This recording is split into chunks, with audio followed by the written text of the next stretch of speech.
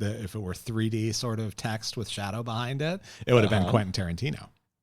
Oh, that's right. Yeah.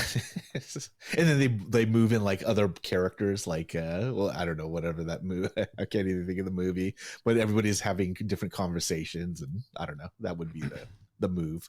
Yeah, with the camera moving. Oh yeah, with a camera. Yeah. Well, just like they have like an Austin Powers where they have like different people on doing different things, and they put multiple windows of people. Oh sure. Yeah.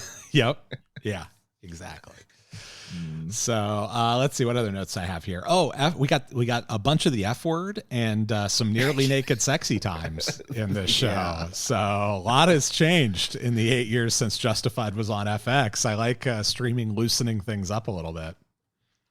Yeah, that's the Game of Thronesification. Yeah, I don't know if that's what that would be, but I mean they're known for you're right. These like HBOs or Skinamax have raised the bar for sure. Yeah, and what's funny about it, I remember watching Snowfall on FX, and actually one of the actors here was in Snowfall, the guy who plays what's his name? Shoot, he's Carolyn's partner. Oh, Jamal. She meets him in a bar. It's a kind of it feels like a throwaway scene, but I have a feeling they're gonna expand on it later. I think it's her former law partner. He was a main character in Snowfall for most of the run of the show. He played an uncle to the sort of the main character in Snowfall. But the point I wanted to make about Snowfall is I remember watching for the first season on FX, and they used the F word, I think one time, and the N word like one time. And that was a very big deal when it happened. And then by like season 5, it was every episode multiple times. It's really, you look back at the slippery slope arguments and you're like, oh, maybe they actually aren't logical fallacies. Maybe there is something to the slippery slope argument, but I like it. I think it's good. It's how people talk, right? So let's reflect that on television. Really, Chris? How often do you use it? Would you use it more on the do you use it more in real life or on the podcast? No, mostly on the podcast. No. Yeah, mostly. Except when I'm really angry. That's when Then the hard R slips in That's there. Right. That's exactly right. I start talking like George Wallace. Yeah. I was have you seen that I don't know if it's a meme or a GIF, but the video from that movie CB4. Remember that movie CB4, Cell Block 4 with Chris Rock? And I do not. I don't know if you remember that. No? Okay. I have that. That's a blank spot in my cultural knowledge. Oh yeah, there's it's a meme now, but there's this just talking about Detroit and everything else. But there's this meme of this like CB4 is like the rap group or a pretend rap group that Chris Rock and his and the other characters in there. But the meme is like this song that they release, and it's just this guy saying, "I'm black, y'all. I'm black, y'all. I'm blackity black, and I'm black, y'all." That's the whole thing. Okay.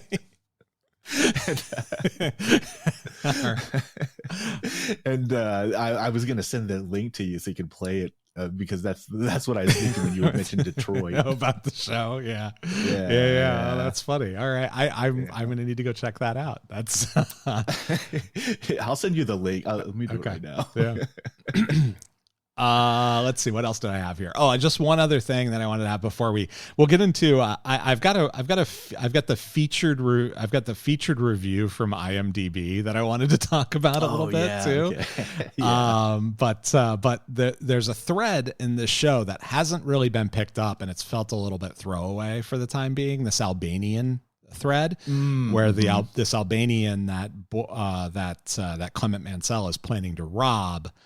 It becomes a much more significant plot line in the show, or in the book, at least it does.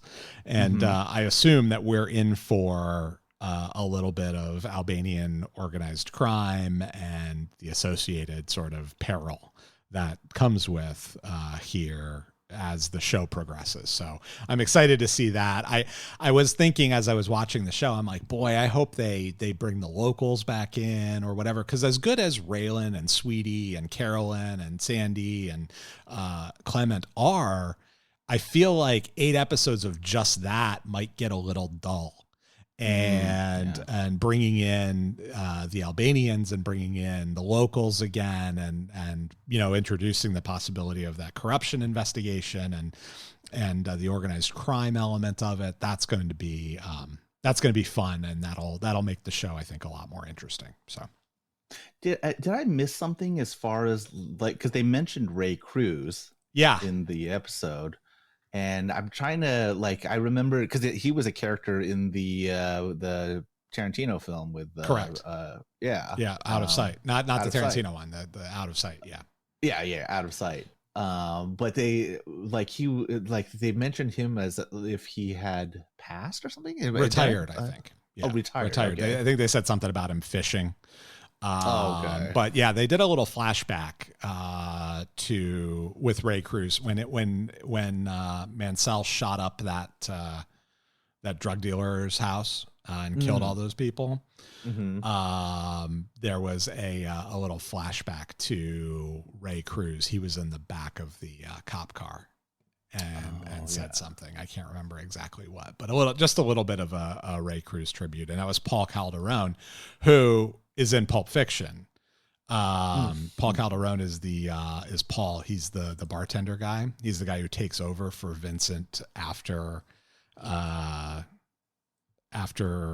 Vincent sort of quasi retires, I guess. Or no, he's the guy who takes over for Jules. Sorry, Jules, after Jules sort of quasi retires. Yeah. Okay. So, but yeah, so that was Ray Cruz, and yeah, he's the same Ray Cruz from the Out of Sight, where when they're in Detroit investigating the murder of the crack dealer. That's that's right. Yeah. That's right. Yeah, Jennifer Lopez was going up there, and they're at the crime scene. Yep. Yeah. Okay. Yep. So, right.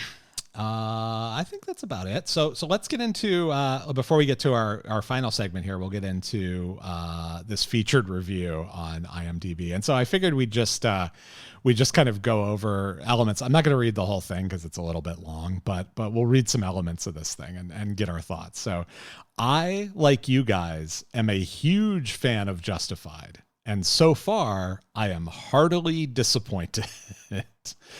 I watched the great old Justified seasons over and over, 5 full times in total. That is a whole lot of living in Harlan County. The writing in the original show was perfect. The plot, the actors, the fantastic, complex characters, the incredible dialogue, the entire sense of place. And Raylan was the coolest damn character you would ever want to see. Also, and more importantly, every person and every situation made total and believable sense. So, let's get into this.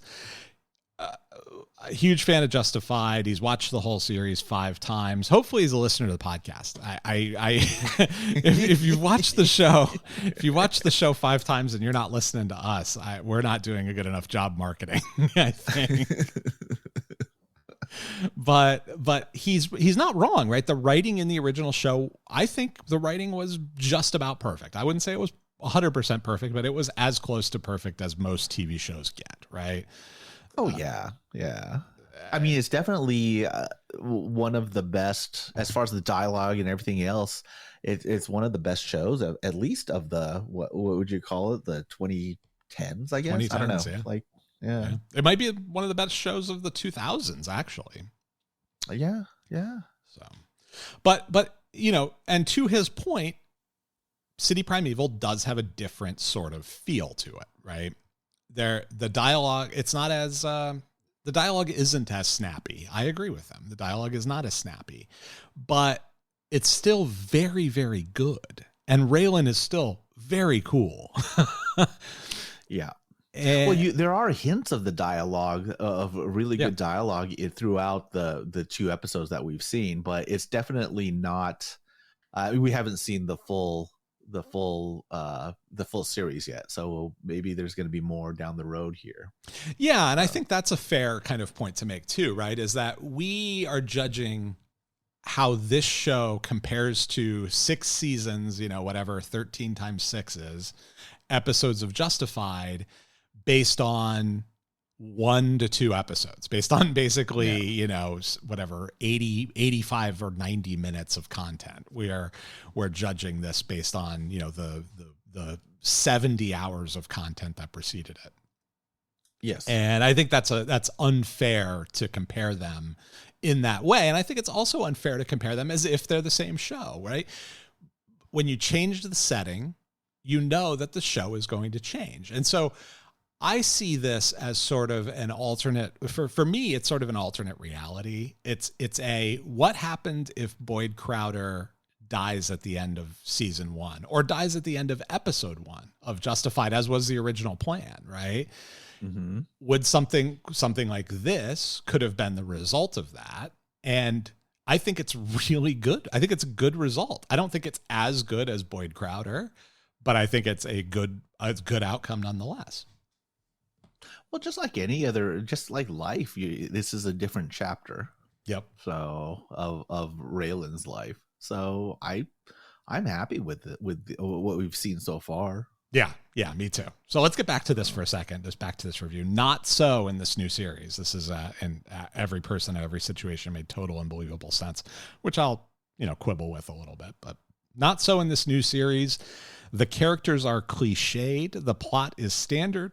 Same old cop show material, tough lawyers, dirty judges, weary old bar owners with secrets. And the main bad guy here wouldn't last a single day in Harlan County. Well, I think it's just wrong. I mean, look, tough lawyers, dirty judges, weary old bar owners with secrets, that was Justified. Yeah, like the entire series was based on, I mean, you got Vasquez, like is a significant character that runs throughout the entire run of the original Justified. Dirty judges. Well, look, Mike the Hammer isn't dirty, but he's a character and he's weird and he's interesting. You've got weary old bar owners with secrets. Oh, okay. Sorry, maybe not a weary old bar owner, but a guy who owns a barbecue restaurant in Noble's Holler. That's right. Right? Or a guy who owns a pawn shop in Harlan County. I don't know. I feel like it's a comparison that is just completely ignoring everything but the main sort of Boyd / Raylan plot of Justified. All of the other elements that went into Justified are very consistent, I think, with what we're seeing here in City Primeval. Yeah, I agree. I don't think that it's still early too. I mean, we have to watch the story unfold. So exactly, that's where I'm at. And to suggest that somehow the main bad guy here, he calls him the main bad guy, capital letters, wouldn't last a single day in Harlan County. Let's not forget some of our friends in Harlan County who were arch criminals. Dewey Crow was a criminal kingpin in Harlan County.